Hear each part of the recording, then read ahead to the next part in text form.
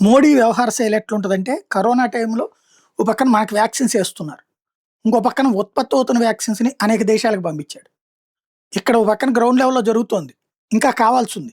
ఇటు ఓ పక్కన మనకు కావాల్సిన ప్రొడక్షన్ చేస్తూనే, ప్రపంచ దేశాలకి 193 దేశాలకి వ్యాక్సిన్ పంపించాడు. అప్పటికి అమెరికా వాడి వ్యాక్సిను, బ్రిటన్ వాడి వ్యాక్సిను వచ్చేటప్పటికి బోలెడంత రేటు పెట్టిన టైంలో ఉచితంగా పంపించాడు. ముందు ప్రభుత్వ ఉద్యోగుల వరకు వాడమన్నాడు. తద్వారా హెల్త్ ఉద్యోగులకు ముందు ఇచ్చేయమని చెప్పాడు. ఉచితంగా పంపించాడు. ఇవాల్టికి గూడా అదే గుర్తుంటది. ప్రపంచం మొత్తానికి గుర్తుంటది. అట్లాగే మనందరికి ఉచితంగా ఇచ్చాడాయన. అది ఒక ఎత్తయితే, ఇప్పుడు యాంటీ క్యాన్సర్ మెడిసిన్స్ అన్నటువంటిది.